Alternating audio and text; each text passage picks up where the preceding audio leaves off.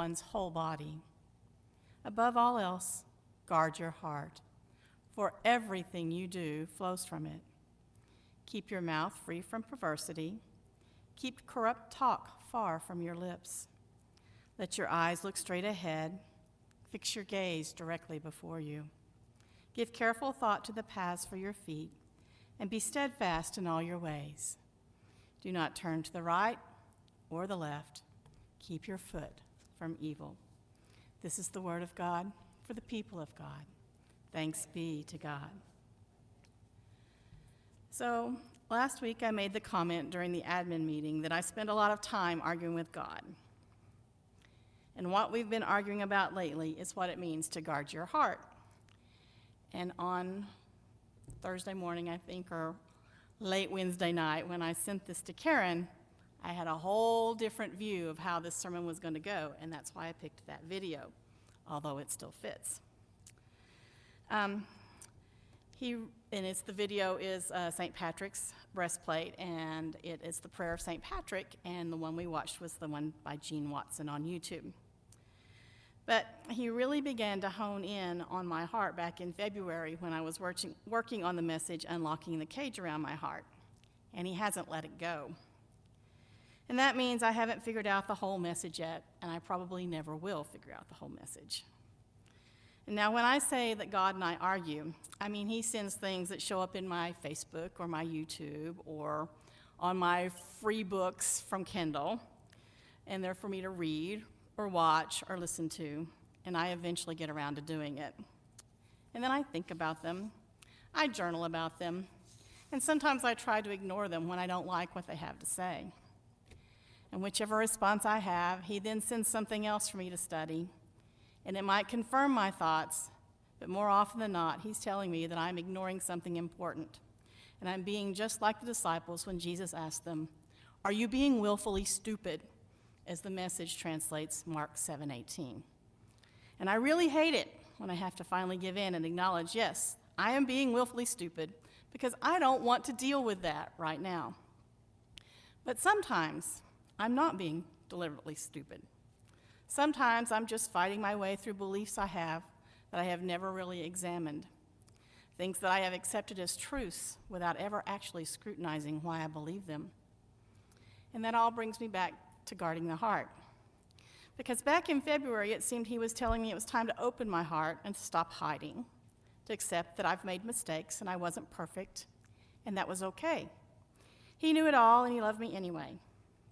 But then the messages changed, and they were all about guarding my heart. I just wanted to throw up my hands and say, I give up. But that never really works for very long, because I know he has faith in me. And if I give up, what I'm really saying is, I don't trust you, I don't believe you, and I don't have faith in you. So he gives me the time I need to let go of my grudge, because he knows I'll acknowledge my foolishness eventually. But he continues to send those little reminders because he knows, I know, that I'm being childish. So I knew God had something more to tell me about my heart, and I wasn't just supposed to work on opening it, but guarding it too. And that was my dilemma. How do you guard your heart while keeping it open? How do you guard your heart without toughening it up, without hardening it? So that was my question, and it was time to start looking for some answers. And I went to the Bible app because it's a good place to start, and I did a search for guard your heart. And Proverbs 4:23 was first on the search. Above all else, guard your heart, for everything you do flows from it. Okay, guarding your heart is important. It's an above all else statement. I do it first. But why? So to answer that, I had to look at what is meant by the heart. We all have a physical heart, and caring for it is important, because when it stops, life stops. But in this context, the heart is our identity. It's who we are. It's what makes me, me, and you, you. It's the soul, the place that holds our memories, the place that we protect from others, and yet the place we want others to recognize in us. It's the eternal part of us. It's the source of life and the place of our connection with God. But because of hurts, brokenness, and sin, every one of us has allowed unwelcome squatters to take up residence in our hearts. those things that Jesus speaks of in Mark 7 when he continues speaking to those willfully stupid disciples. For it is from within, out of a person's heart, that evil thoughts come: sexual immorality, theft, murder, adultery, greed, malice, deceit, lewdness, envy, slander, arrogance, and folly. All these evils come from inside and defile a person.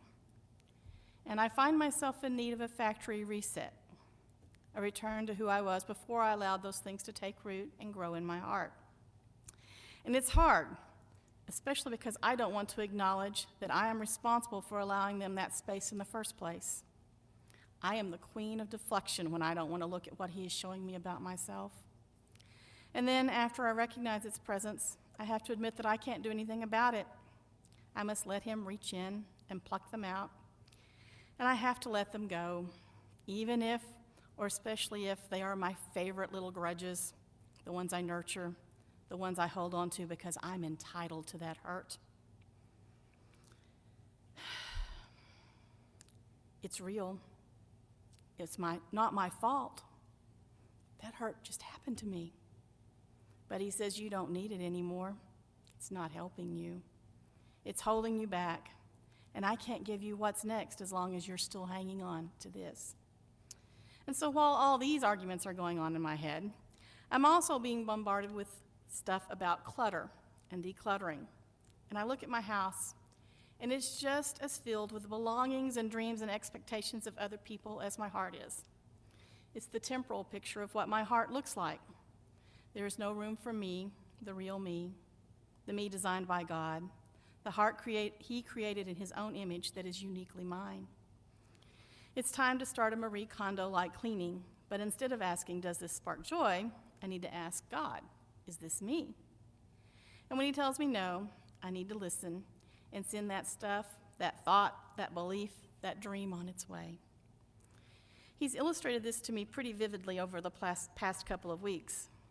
After years of itching and rashes and mysterious blisters and bumps, I finally realized that my skin does not like spandex. And spandex is in almost all of my clothing. So all those clothes are on their way out. It doesn't matter if I still like them or if I've never worn them. They aren't good for me. They don't fit my life. It's time to apply that principle to everything.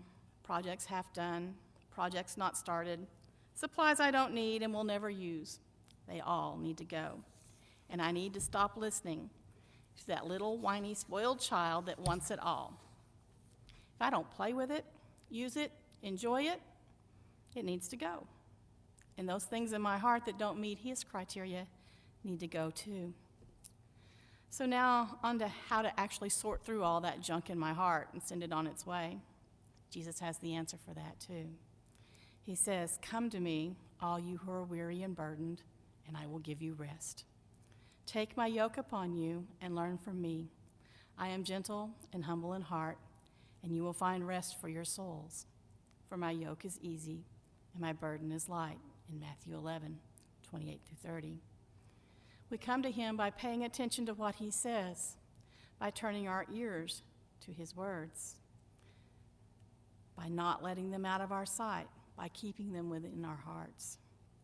We listen to the right stuff, fill the heart with the good stuff he has, and let go of all those burdens he never asked us to carry in the first place. It's not easy, and pride gets in the way a lot. That I can do it attitude, that we even try to make righteousness by saying, I can do all things through Christ who strengthens me. But my question for myself and for you this morning is, will Christ give me the strength when I'm outside the Father's will, doing things that are not mine to do? And for me, I've discovered that the answer is no. He does not reward my disobedience when I go off on my own and do what I want, how I want, and then offer it back to him. He lets me pick up that burden and carry it if I want to, but the peace, the strength, and the rest he offers are forfeited until I come back to his way. And this is that admonition to give careful thought to the paths for your feet and be steadfast in all your ways. Do not turn to the right or the left and keep your foot from evil. And then I have to watch my words and not make promises that I'm unable to keep. It's really easy to do. And that's where that watching what I say and keeping away from corrupt talk comes in. You see, we are each on an amazing, one-of-a-kind journey, and we each have our own amazing, custom-designed by God just for us hearts, where he wants to abide and meet with us. And we fill them up with all those things that don't belong there. We tend to crowd him out. And some days, we find ourselves picking up those old, worn-out ideas and beliefs because they're familiar and comfortable, just like my stretchy spandex jeans. But they're not good for us. And they will end up wearing us down and wearing us out.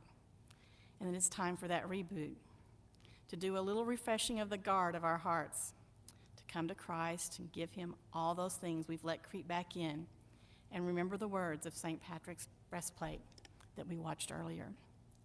Christ be with me and within me. Christ behind me and before. Christ to fight for me and win me. Christ to comfort and restore. Christ beneath me and above me. Christ in quiet and in danger. Christ in the hearts of those who love me. Christ in mouth of friend and stranger. Christ in every heart that's broken. Christ in every joy and pain. Christ in every word that's spoken. Christ in sun and moon and rain. Christ in resting and in rising. Christ the Lord of all my life. Christ to guide me and to shield me. Christ protecting me in strife. Christ be with me and within me. Christ behind me and before. Christ to fight for me and win me. Christ to comfort and restore. If you will please stand if you're able and join in our invitational hymn, I Need Thee Every Hour.